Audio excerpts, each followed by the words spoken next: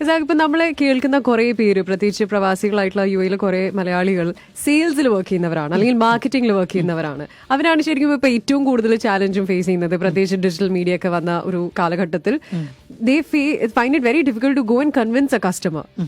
Product എന്തും ആയിക്കോട്ടെ. അപ്പൊ ഈ സെയിൽസിലുള്ളവർക്ക് വേണ്ടിയിട്ട് കൊടുക്കാനുള്ള കുറച്ച് ടിപ്പ് എന്തായിരിക്കും? അതായത് കസ്റ്റമറിനെ എങ്ങനെ ഫേസ് ചെയ്യണം, എന്തൊക്കെ ടാലൻസ്, സ്കിൽസ് അവർ ബ്രഷ് അപ്പ് ചെയ്തെടുക്കണം? ഞാൻ മനസ്സിലാക്കിയൊരു സംഭവം എന്ന് വെച്ചാൽ, പല ഈ സെയിൽസിൽ ഏറ്റവും അടിസ്ഥാനപരമായ കുറേ എലമെൻറ്റുകളുണ്ട്. അതിൽ സെയിൽസിൽ സെല്ലിംഗ് ആണ് എവിടെയും നടക്കുന്നത്. ഇപ്പം ഞാനാണെങ്കിലും ഇപ്പോൾ സെല്ല് ചെയ്തുകൊണ്ടിരിക്കുകയാണ്. എൻ്റെ ഐഡിയയും എൻ്റെ നോളജിനെയും നിങ്ങളും സെല്ല് ചെയ്തുകൊണ്ടിരിക്കുകയാണ്. ഇതെല്ലാം സെയിൽസ് തന്നെയാണ്. അപ്പം നമ്മൾ നോക്കുന്നത്, എല്ലാവരും നോക്കുന്നത്, ആസ് എ കസ്റ്റമർ നോക്കുന്ന ഒരു കാര്യമുണ്ട്, വിശ്വസിക്കാൻ കൊള്ളാവുന്ന ഒരുത്തൻ ആരാണെന്നാണ്. നിങ്ങൾ ഇഷ്ടപ്പെടാത്തൊരു സെയിൽസ്മാൻ്റെ കയ്യിൽ നിന്ന് നിങ്ങൾ പ്രൊഡക്റ്റ് വാങ്ങില്ല. അത് എത്ര നല്ല ബ്രാൻഡാണെങ്കിലും എത്ര നല്ല കമ്പനി ആണെങ്കിലും അയാളുടെ ആറ്റിറ്റ്യൂഡ്, പെരുമാറ്റം, വിശ്വാസ്യത ഇത് രൂപപ്പെട്ടില്ല നിങ്ങൾ അവിടെ വാങ്ങില്ല. അപ്പം സെയിൽസ്മാൻ ആണ് ദ ഫസ്റ്റ് പ്രോഡക്റ്റ്. അയാളുടെ പെരുമാറ്റം, അയാളുടെ രീതി, അയാളെ ഇഷ്ടപ്പെടുക, അയാളുടെ പങ്ക്ച്വാലിറ്റി, അയാളുടെ ക്വാളിറ്റി, അയാളൊരു ട്രസ്റ്റബിൾ പേഴ്സൺ ആണ്, വിശ്വസിക്കാൻ കൊള്ളാം, ഇയാളുടെ പെരുമാറ്റം ഇഷ്ടപ്പെടുന്നു, ഇയാളുടെ റിലേഷൻഷിപ്പ് ഇഷ്ടപ്പെടുന്നു എന്നുള്ളതാണ് ഏറ്റവും പ്രധാനപ്പെട്ട ഒരു കാര്യം. പിന്നെ സെയിൽസിൽ നമ്മൾ മനസ്സിലാക്കേണ്ട ഒരു ചെറിയൊരു സംഗതി, ഇപ്പം അമേരിക്കയിൽ ഒരിക്കലും ഒരു പഠനം നടന്നില്ല, 8/73 എന്ന് പറയുന്ന ഒരു സാധനം. അതിനകത്ത് പറയുന്നത് ഈ സെയിൽസിൽ കുറേ ടൈപ്പ് ആളുകളുണ്ട്. അതിനകത്ത് 44% ആളുകളും ഫസ്റ്റ് റിജക്ഷനോട് കൂടിയിട്ട് പിന്നെ ആ ക്ലയന്റിനെ വിടുന്നവരാ. നമ്മൾ ക്ലയന്റിന്റെ അടുത്ത് ചെല്ലുന്നു, client no we don't need it, പിന്നെ അയ്യോ എന്നെ ചീത്ത പറഞ്ഞു, കരഞ്ഞുകൊണ്ട് വരുന്നു, ഞാൻ ഇനി അയാളുടെ അടുത്ത് പോയി, അയാൾ എന്നോട് പറഞ്ഞു എന്ന് പറഞ്ഞിട്ട് അവസാനിപ്പിക്കും. ഇവര് ആക്ച്വലി സെയിൽസിലെ ലൂസേഴ്സാണ്.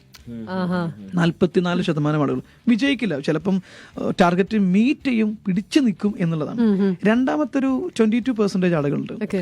ഇവര് രണ്ടാമത്തെ റിജക്ഷനോടുകൂടി നിർത്തുള്ളൂ. ഒന്ന് അവര് ഫേസ് ചെയ്യും, പക്ഷെ 2 തവണയും പറഞ്ഞു കഴിഞ്ഞാൽ അവർ പറയും അയ്യോ 2 തവണ എന്നോട് ചീത്ത പറഞ്ഞില്ലേ, എനിക്ക് വേണ്ടെന്ന് പറഞ്ഞില്ലേ, ഇനി അവിടെ ഹോപ്പില്ലെന്ന് പറയും.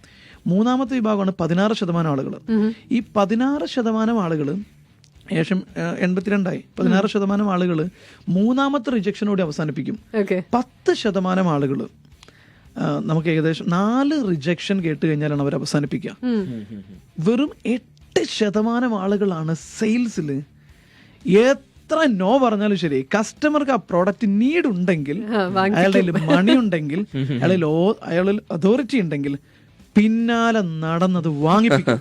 അവരാണ് സെയിൽസിൽ സക്സസ്ഫുൾ പീപ്പിൾ. അവരെ നമ്മൾ വിളിക്കുക ഒരു $1 million സെയിൽസ്മാൻ പീപ്പിൾ എന്ന്. അവർ ആക്ച്വലി ഹൈലി റിച്ച് ആയിരിക്കും. എവിടെയും അവർ സക്സസ്, കാരണം അവർ നോയും റിജക്ഷനും അക്സെപ്റ്റ് ചെയ്യില്ല.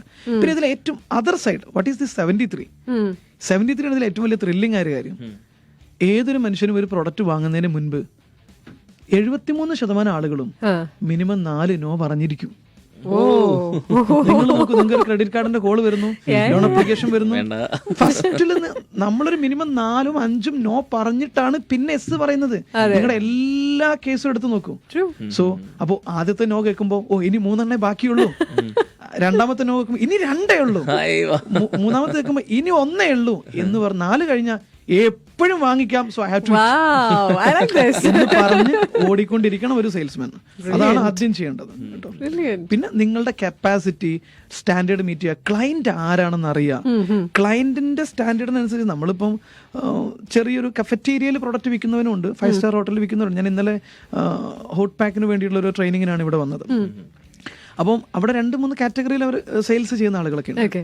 അപ്പം ഓരോന്നും ഡിഫറെൻ്റ് ആണ്. നമ്മളുടെ കസ്റ്റമറുടെ എക്സ്പെക്റ്റേഷൻ അനുസരിച്ച് നമ്മൾ അപ്ഡേറ്റ് ചെയ്യാനും, അയാൾക്കൊരു വെറും സെയിൽസ്മാനും അപ്പുറത്ത് അയാൾക്കൊരു പാർട്ട്ണറായിട്ട് നമുക്ക് മാറാൻ പറ്റുമെങ്കിൽ അയാൾ നമ്മളെ വിടില്ല. അത് സെല്ലിംഗ്, ആ ട്രസ്റ്റും റിലേഷൻഷിപ്പിനും വലിയ പ്രാധാന്യമുണ്ട്. So build it. കമ്പനിയും പ്രോഡക്റ്റും ഒക്കെ സെക്കൻഡറി ആണ്. You are the first product to sell. Lovely, super.